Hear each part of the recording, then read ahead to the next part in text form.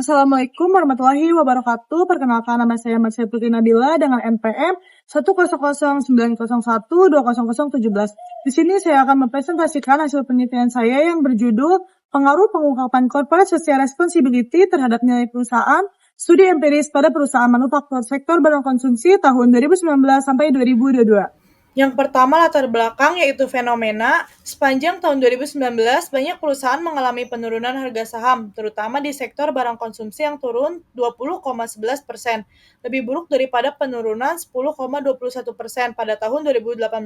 Salah satu contohnya adalah saham PT Mayora Indah Tbk yang turun 5,73% selama 2019, dengan laba turun 21,76% secara tahunan hingga kuartal 2 2019. Adapun kasus lainnya yaitu 3 perusahaan F&B terbesar Indonesia yaitu PT Garuda Food Putra Putri Jaya Tbk, PT Indofood Sukses Makmur Tbk, dan PT Wing Surya menghadapi gugatan di Pengadilan Negeri Surabaya karena diduga merusak lingkungan. Mereka dituntut membayar ganti rugi 4 miliar yang akan dibagi kepada 5 penggugat dan digunakan untuk pemulihan bantaran Kali Surabaya.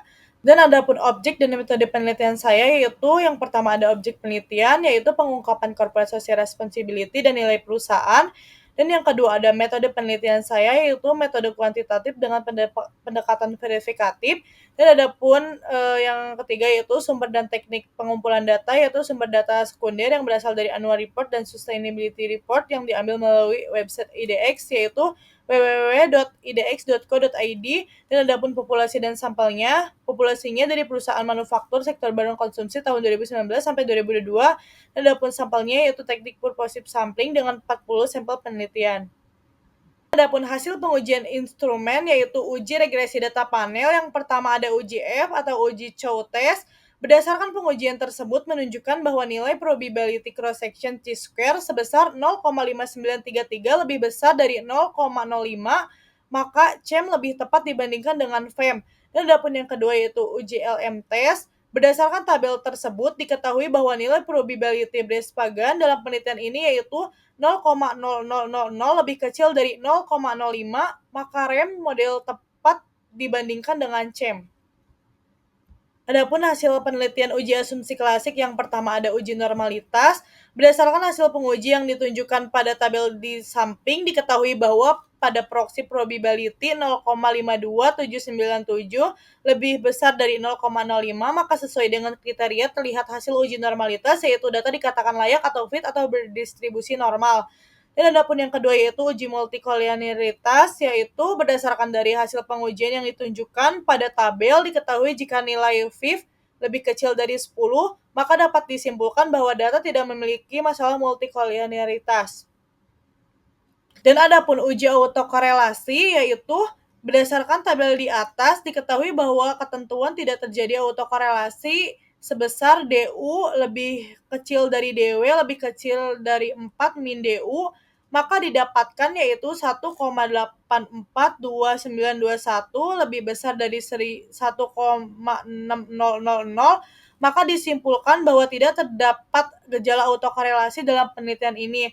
Dan adapun uji heterokedastisitas yaitu berdasarkan dari hasil pengujian yang ditunjukkan pada tabel di atas, nilai probability untuk obsquares yaitu sebesar 7,236269 lebih besar dari 0,05, maka dapat disimpulkan bahwa tidak terjadi gejala heterokedastisitas. Dan adapun uji hipotesis dari penelitian saya yaitu H2 pengaruh pengungkapan CSR terhadap nilai perusahaan. Berdasarkan output regresi pada kolom diketahui memiliki T hitung sebesar min 2,475 dengan tingkat signifikasi sebesar 0,0180. Hal ini menunjukkan bahwa T hitung bernilai negatif dengan nilai probability 0,0180 lebih kecil dari 0,05, sehingga berdasarkan kriteria dapat disimpulkan bahwa pengungkapan CSR berpengaruh secara signifikan terhadap nilai perusahaan. Adapun pembahasan dari penelitian saya yaitu pengaruh pengungkapan CSR terhadap nilai perusahaan. Berdasarkan hasil uji signifikansi, pengungkapan CSR memiliki nilai signifikansi sebesar 0,0108 yang mana 0,0108 lebih kecil dari 0,5. Oleh karena itu, dapat disimpulkan bahwa pengungkapan CSR secara parsial berpengaruh terhadap nilai perusahaan pada perusahaan manufaktur sektor barang konsumsi yang terdaftar di BI selama periode 2019 sampai 2022. Dan dapat disimpulkan juga bahwa hipotesis dalam penelitian ini diterima. Tinggi rendahnya pengungkapan CSR dapat dilihat dari nilai maksimum, nilai minimum, dan nilai rata-ratanya. Adapun kesimpulan penelitian saya yaitu berdasarkan penelitian yang sudah dilakukan mengenai pengaruh pengungkapan CSR terhadap nilai perusahaan yang diproyeksikan dengan PBV pada perusahaan manufaktur sektor barang konsumsi yang terdapat di BI pada tahun 2019 sampai 2022, maka dapat disimpulkan pengungkapan CSR berpengaruh terhadap nilai perusahaan manufaktur sektor barang konsumsi yang terdapat di BI tahun 2019 sampai 2022. Hal tersebut menunjukkan bahwa perusahaan peduli dengan masyarakat dan lingkungan sekitar, sehingga informasi tersebut merupakan sinyal yang baik bagi investor untuk menanamkan modalnya di perusahaan. Sekian presentasi dari saya. Mohon maaf bila ada kesalahan. Wassalamualaikum warahmatullahi wabarakatuh.